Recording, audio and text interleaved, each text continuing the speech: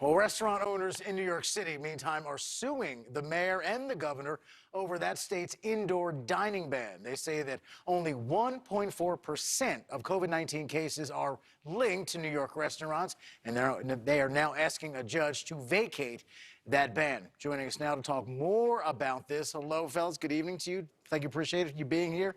Let's talk more about what is going on there in New York. You guys are there as we speak.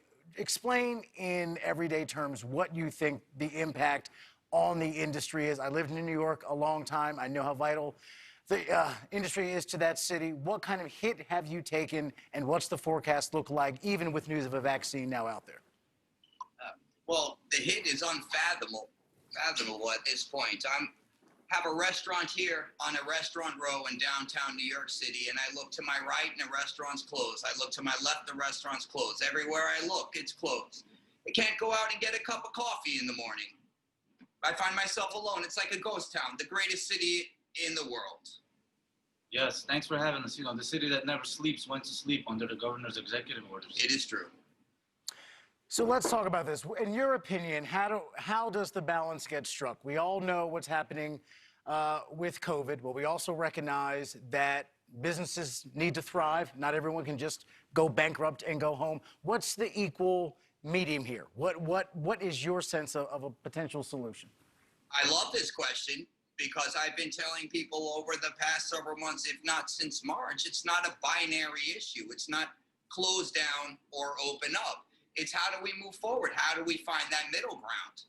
When we look at the data in New York City, at least, we find 1.4% at max by the governor's own numbers the spread is caused by indoor dining in restaurants. 74% is caused by indoor gathering in private residences. And from owning a restaurant, I know that at 10 o'clock when I close, everyone goes indoors and they don't have the good ventilation, the HEPA filters, the blue lights, the high ceilings, and they don't utilize the best practices. Everyone gets together. That's where the 74% is. We need to open up indoor dining, open up our windows as well, and those numbers will come down. That's what the empirical data reveals to us, and that's why we filed suit. Do you expect to legally be successful, and for this to... How do you expect it to proceed through the court system? Probably is a better way to ask it.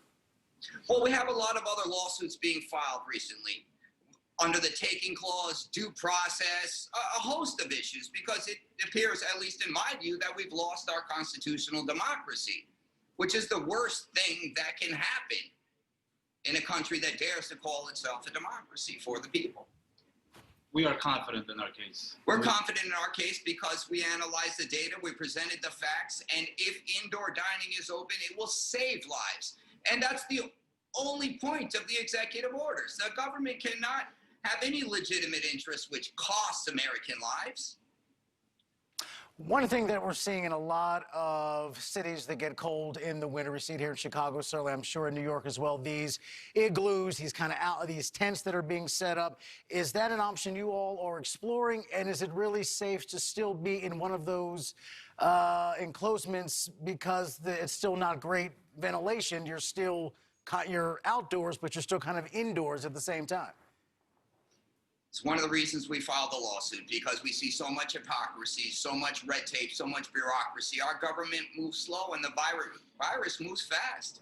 I don't understand, and I don't think anyone can logically give an explanation on why being in a capsule is more safe than being in a restaurant with HEPA filters. It does not make sense, and the government is killing us, in my view.